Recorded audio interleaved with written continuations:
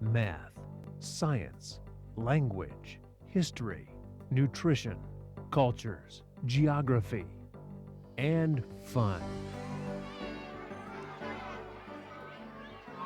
Breadmake, the math and science dough show.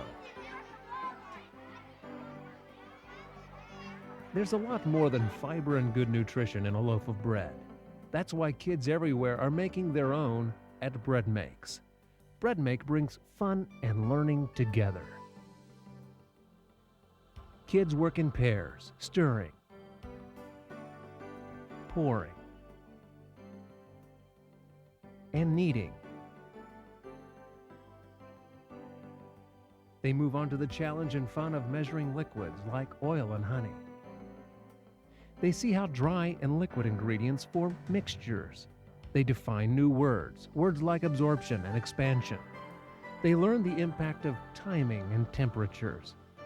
From the moment they wash their hands and tie on their aprons, they're riveted on their very own loaves of bread taking shape. From slurpy batter to soft dough and on to Play-Doh, the fun and learning accelerate. They even create bread animals if time allows. All too soon, it's time to shape the loaves and place them in the pan to rise. Children learn to listen, to follow directions, to work side by side. Beginners as well as experienced bread makers of all ages are fascinated with the original Play-Doh and delight in the special fun of making bread together. Bake the risen loaves on site or let the children take them home for baking with family and friends. Everyone knows that bread is good for you, but did you know that the process of making bread involves many different skills? Students from Timber Grove Elementary had the opportunity to enhance their math and science skills by making their own bread. Take a look. It was a day of excitement for students from Timber Grove Elementary when they had the opportunity to do a hands-on activity that involved making their own honey wheat bread. Not only did the students learn how to make the bread, but they also learned about each natural resource. This is a mineral, but it comes from the earth. It's called a natural resource, and I know you're going to get to that this spring with your science classes.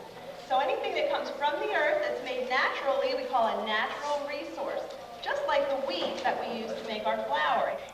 In addition to learning about each natural resource and where it came from, students enhanced their science and math skills by making predictions, using sensory observations, and measuring the ingredients on their own. We found out that this covers science activities, math activities, economic activities, recipes, sequencing. There was just nothing about it that we didn't think was extremely helpful.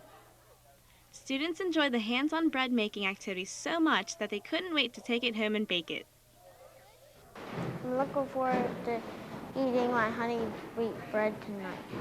Although science and math skills are very important, bread specialist Stacy Nevin hopes that the students will learn good eating habits from this activity. Remember, eating whole grains, such as this honey wheat bread here, is essential for a good diet. Gloria's philosophy is not only are the children learning how to have a good time and all the math, the science, nutrition, but mainly the nutrition. They're learning that Twinkies aren't the best thing to eat. They can also have something like this honey wheat bread that's good for them. Teachers agreed that the bread making activity is a hit with the students. So far, it is actually exciting. I can't wait to see their bread. They're talking, they're moving, but they're wonderful. They're into the activity that they're doing because when they participate, they remember. It's just wonderful. If you'd like to learn more information about Breadmake, visit their website at www.breadmake.com. For BCPS News, this is Alice Trandy. For the 5th grade class at Friends School, it was a day of fun and also a day of helping others.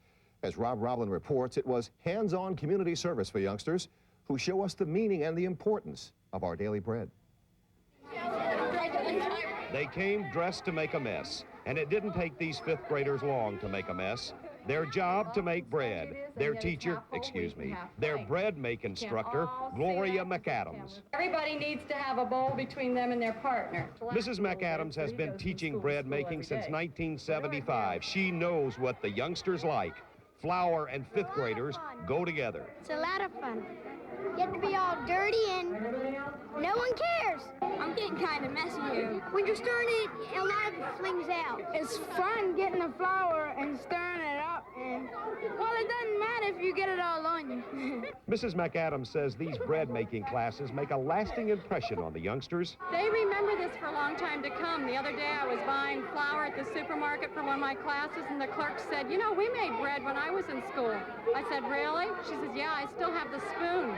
And we talked about it, and I had been the teacher. It's not easy making good bread. When these young folks have finished, 68 loaves of bread will have been baked.